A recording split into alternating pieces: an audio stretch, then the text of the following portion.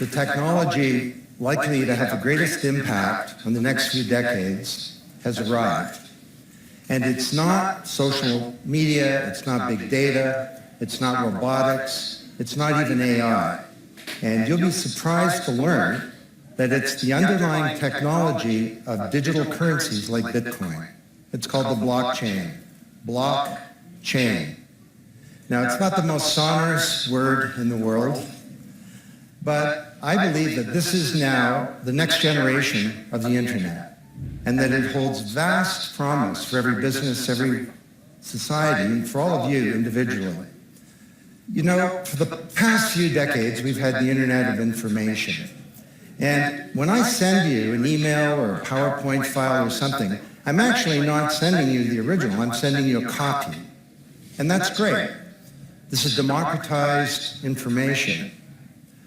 But when it comes to assets, things like money, financial assets like stocks and bonds, loyalty points, intellectual property, music, art, a vote, carbon credit, and other assets, sending you a copy is a really bad idea. If I send you $100, it's really important that I don't still have money and that I can't send it to you. So this has been called the double spend problem by cryptographers for a long time. So today, we rely entirely on big intermediaries, middlemen like banks, government, big social media companies, credit card companies, and so on, to establish trust in our economy.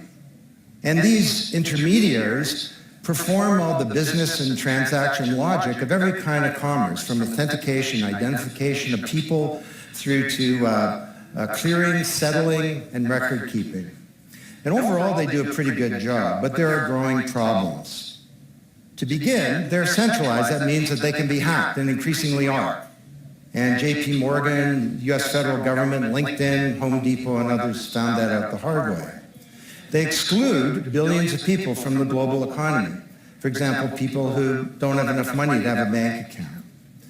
They slow things down. It can take a second for an email to go around the world, but it can take days or weeks for money to move through the banking system across the city. And they take a big piece of the action, 10 to 20%, just to send money to another country. They capture our data, and that means that we can't monetize it or use it to better manage our lives. And our privacy is being undermined. And the biggest problem is that overall, they've appropriated the largesse of the digital age asymmetrically. And we have wealth creation, but we have growing social inequality. So what if there were not only an internet of information, what if there were an internet of value? Some kind of vast, global, distributed ledger running on millions of computers and available to everybody, and where every kind of asset, from money to music, could be stored, moved, transacted, exchanged, and managed, all without powerful intermediaries. What if there were a native medium for value?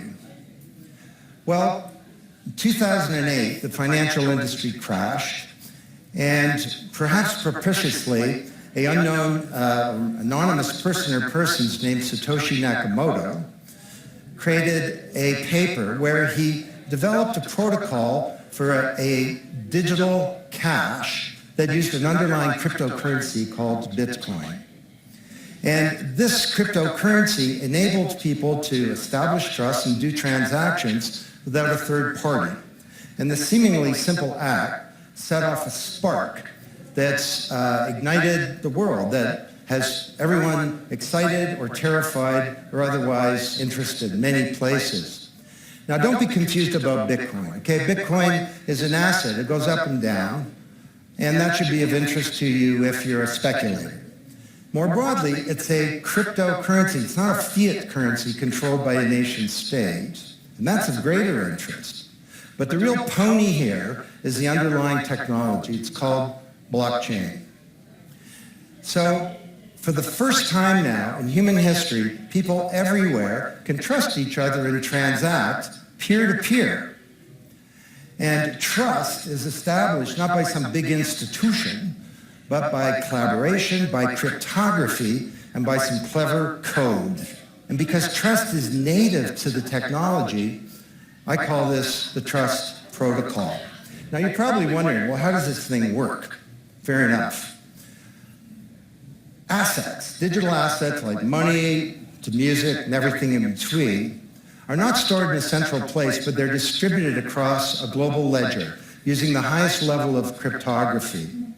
And when a transaction is conducted, it's posted globally across millions and millions of computers. And out there around the world is a group of people called miners. These are not young people, they're Bitcoin miners. And they have massive computing power at their fingertips, 10 to 100 times bigger than all of Google worldwide. And these miners do a lot of work.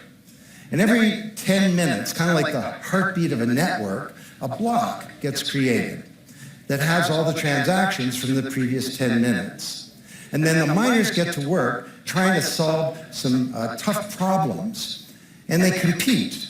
And the first miner to find out the truth and to validate the block is rewarded in digital currency, in the case of the Bitcoin blockchain with Bitcoin.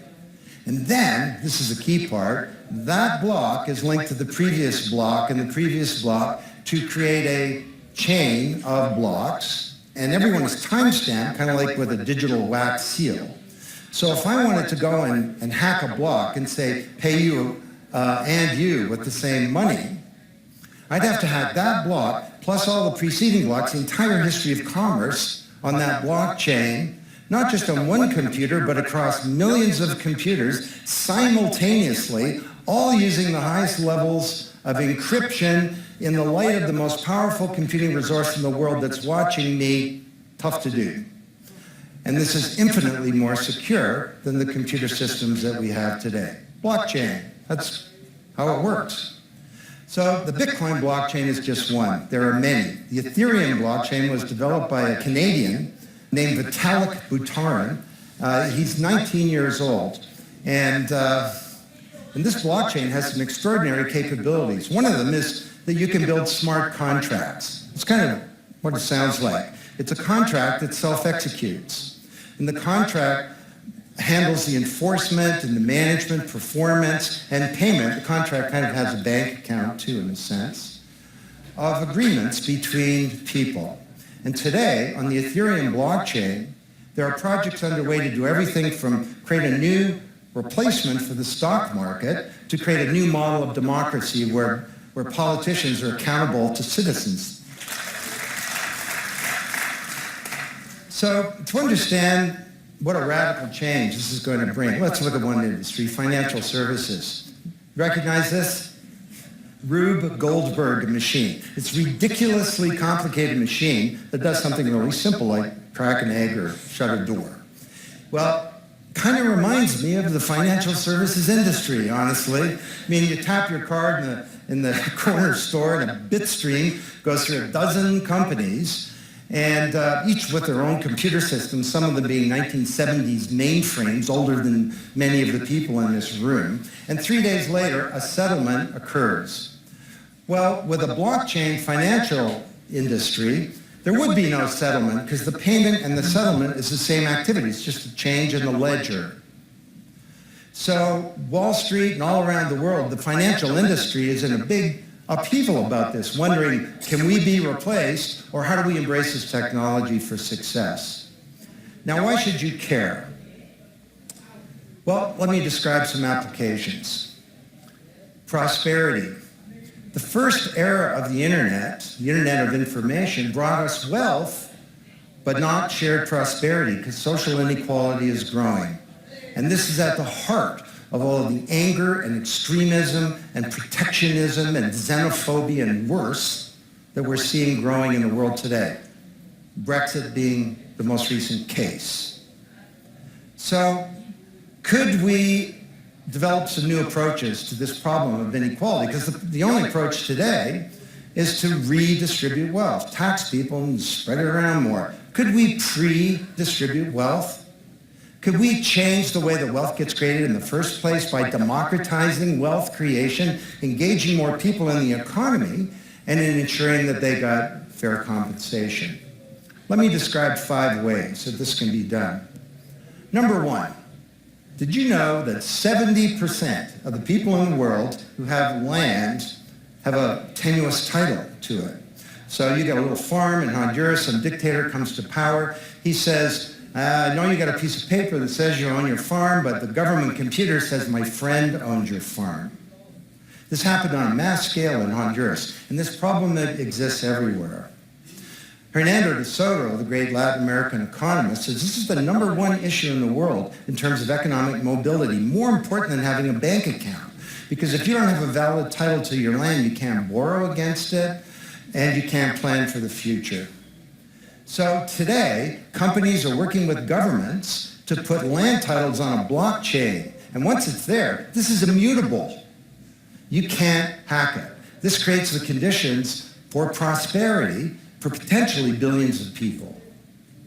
Secondly, a lot of writers talk about Uber and Airbnb and TaskRabbit and Lyft and so on as part of the sharing economy. This is a very powerful idea that peers can come together and create and share wealth.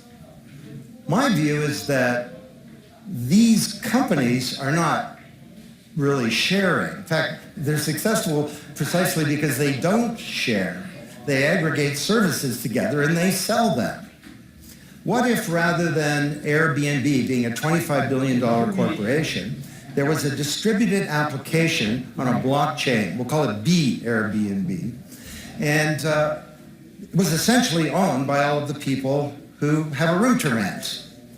And when someone wants to rent a room, they go onto the blockchain database and all the criteria sift through, help them find the right room, and then the blockchain helps with the contracting, it identifies the party, it handles the payments, just through digital payments are built into the system, and it even handles reputation, because if she rates a room as a 5-star room, that room is there, and it's rated, and it's immutable.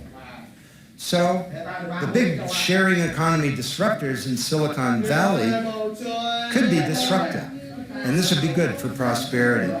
Number 3, the biggest flow of funds from the developed world to the developing world is not corporate investment, and it's not even foreign aid. It's remittances. This is the global diaspora, people who've left their ancestral lands and they're sending money back to their families at home. This is $600 billion a year, and it's growing, and these people are getting ripped off. Annalie Domingo is a housekeeper, and she lives in Toronto, and every month she goes to the Western Union office with some cash to send her remittances to her mom in Manila. It costs her around 10%. The money takes 4 to 7 days to get there. Her mom never knows when it's going to arrive. It takes 5 hours out of her week to do this. 6 months ago, Annalie Domingo used a blockchain application called Abra. And from her mobile device, she said $300 went directly to her mom's mobile device without going through an intermediary. And then her mom looked at her mobile device. It's kind of like an Uber interface. There's Abra tellers moving around. She clicks on a teller that's a 5-star teller. He's 7 minutes away. Guy shows up at the door, gives her Filipino peso. She puts them in her wallet. The whole thing took minutes, and it cost her 2%. This is a big opportunity for prosperity. Number 4, the most powerful asset of the digital age is data. And data is really a new asset class, maybe bigger than previous asset classes like land under the agrarian economy or an industrial plant, or even money. And all of you, we create this data. We create this asset. And we leave this trail of digital crumbs behind us as we go throughout life. And these crumbs are collected into a mirror image of you, the virtual you. And the virtual you may know more about you than you do, because you can't remember what you bought a year ago or said a year ago or your exact location a year ago. And the virtual you is not owned by you. That's the big problem. So today there are companies working to create an identity in a black box, the virtual you owned by you. And this black box moves around with you as you travel throughout the world, and it's very, very stingy. It only gives away the shred of information that's required to do something. A lot of transactions, the seller doesn't even need to know who you are. They just need to know that they got paid. And then this avatar is sweeping up all this data and enabling you to monetize it. And this is a wonderful thing because it can also help us protect our privacy. And privacy is the foundation of a free society. Let's get this asset that we create back under our control, where we can own our own identity and manage it responsibly.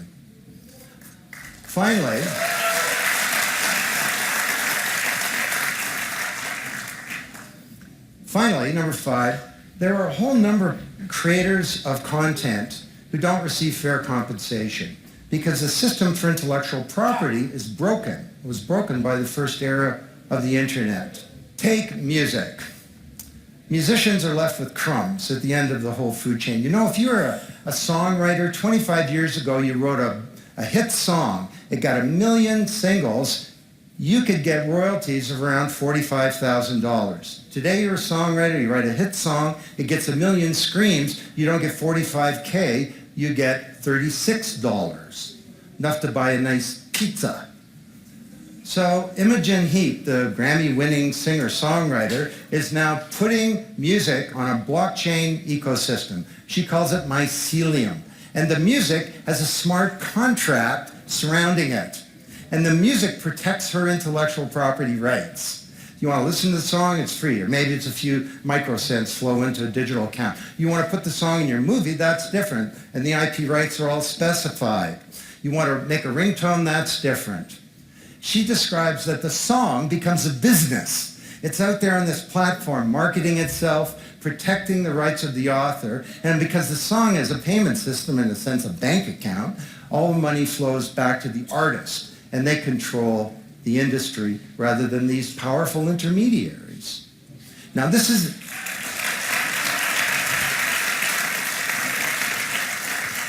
not just songwriters, it's any creator of content, like art, inventions, scientific discoveries, journalists. There are all kinds of people who don't get fair compensation, and with blockchains, they're going to be able to make it rain on the blockchain, and that's a wonderful thing.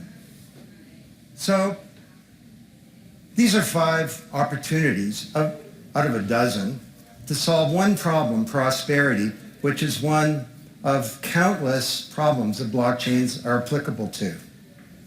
Now, technology doesn't create prosperity, of course, people do.